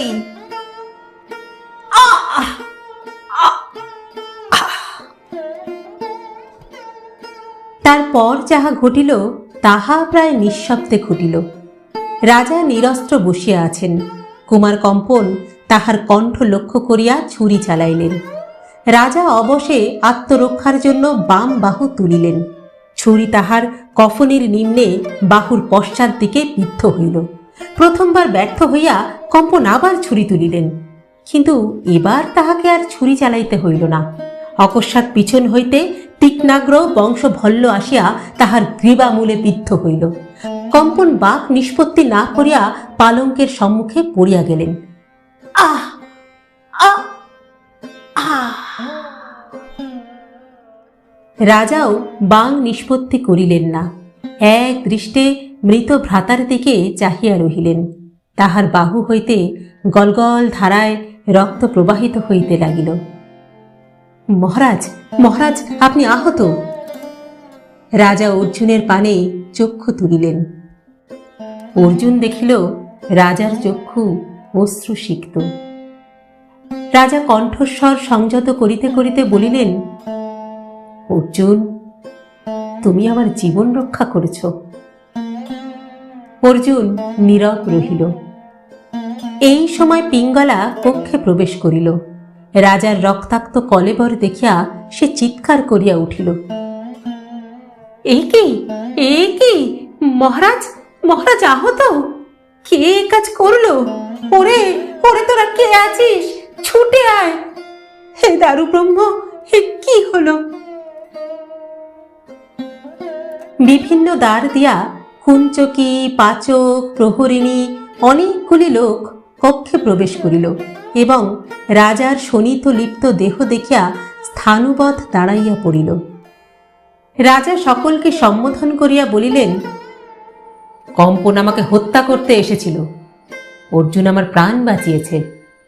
আমার আঘাত মারাত্মক নয়, তবে ছুরিকায় যদি বিষ থাকে। মণিকঙ্কনা পিঙ্গলার চিৎকার শুনিয়া কক্ষে প্রবেশ করিয়াছিল। এখন ছুটিয়া আসিয়া রাজাকে দুই বাহুতে জড়াইয়া লইল। তারপর তরিতে উঠিয়া নিজের বস্ত্র হইতে পট্টিকা ছিঁড়িয়া রাজার বাহুর ঊর্ধ্বভাগে শক্ত করিয়া তাগা বাঁধিয়া দিল। গলদস্যু নেত্রে অস্ফুট ব্যাকুল কণ্ঠে বলিতে লাগিল, দারু ব্রহ্ম, কি হলো? দারু ব্রহ্ম, কি হলো? মহারাজ, কি হলো? ধননায়ক লক্ষণ মল্লক রাজার সহিত দেখা করিতে আসিতেছিলেন। কক্ষে ভিড় দেখিয়া তিনি ভিড় ঠেলিয়া সম্মুখে আসিলেন। রাজার অবস্থা এবং কুমার কম্পনের মৃতদেহ দেখিয়া সঙ্গে সঙ্গে ব্যাপার বুঝিয়া লইলেন। রাজার সহিত তাহার একবার দৃষ্টি বিনিময় হইল।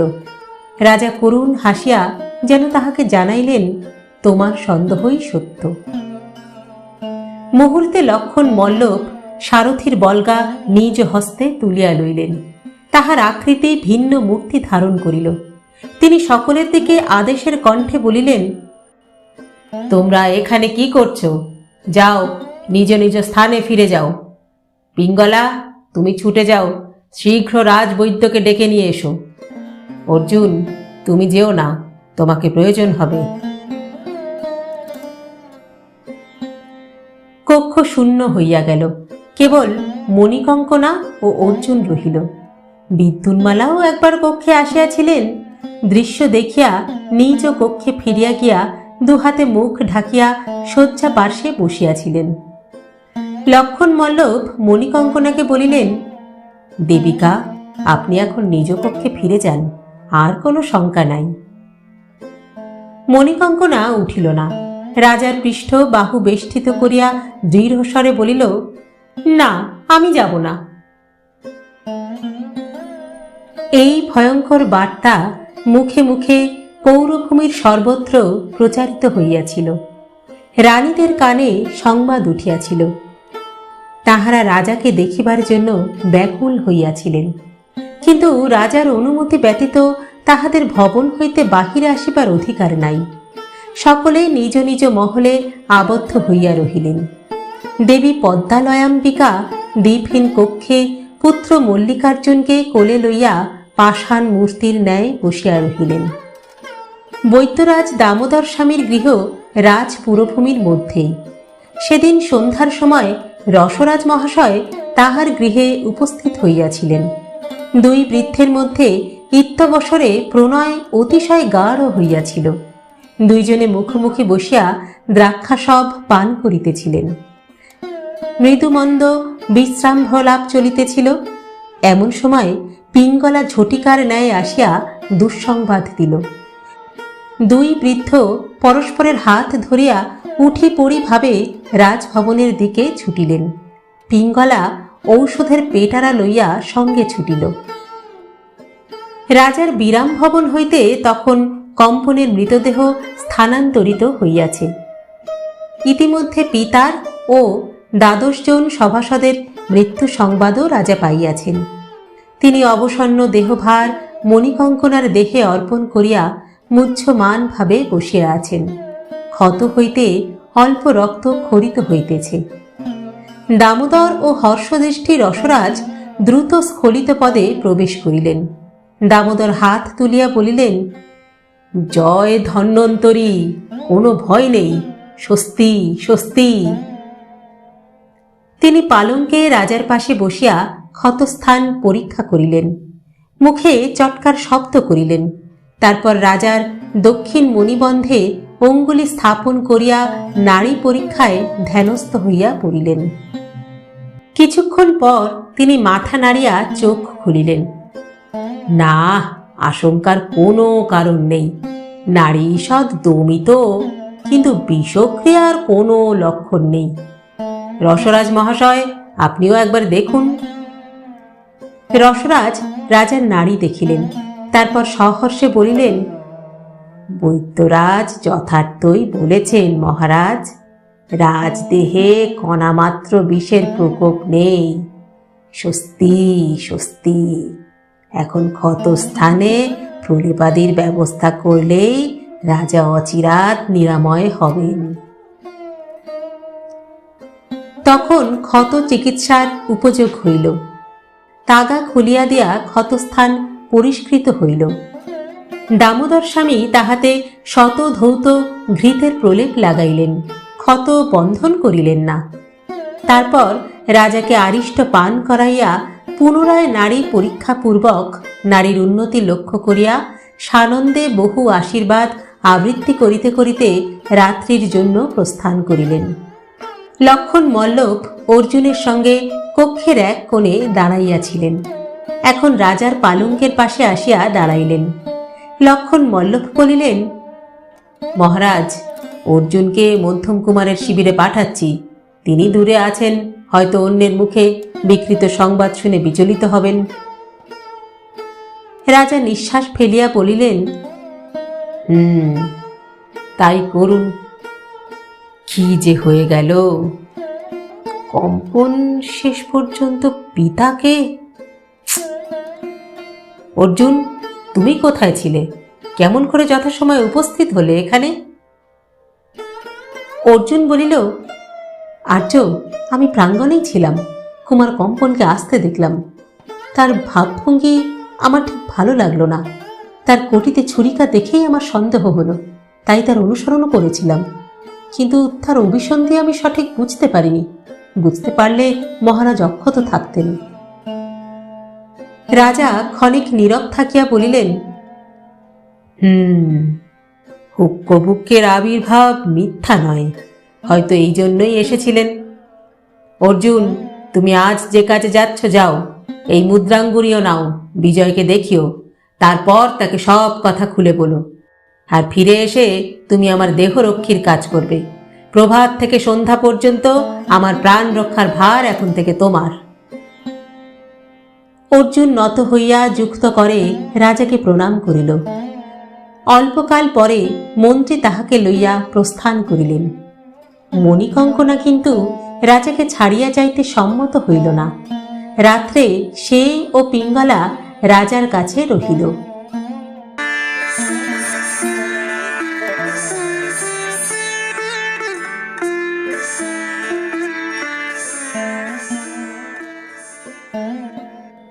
শেষ হল তুঙ্গভদ্রার তীরে ষষ্ঠ পর্ব। লিখেছেন শ্রদ্ধেয় সাহিত্যিক শরদিন্দু বন্দ্যোপাধ্যায়। গল্প পাঠ করলাম আমি রাকা। আপনারা শুনছেন ইউটিউব চ্যানেল কথা ও কাহিনী বাই রাকা। আজকের পর্বটি কেমন লাগলো আপনাদের কমেন্ট বক্সে অবশ্যই জানাবেন কিন্তু। আর গল্প পাঠ যদি ভালো লাগে তাহলে একটা ছোট্ট লাইক করে দেবেন। আচ্ছা, এবার বন্ধুরা তাহলে বিদায় চেয়ে নিই। সকলে ভালো থাকবেন, সুস্থ থাকবেন এবং অবশ্যই আমাদের সঙ্গে থাকবেন।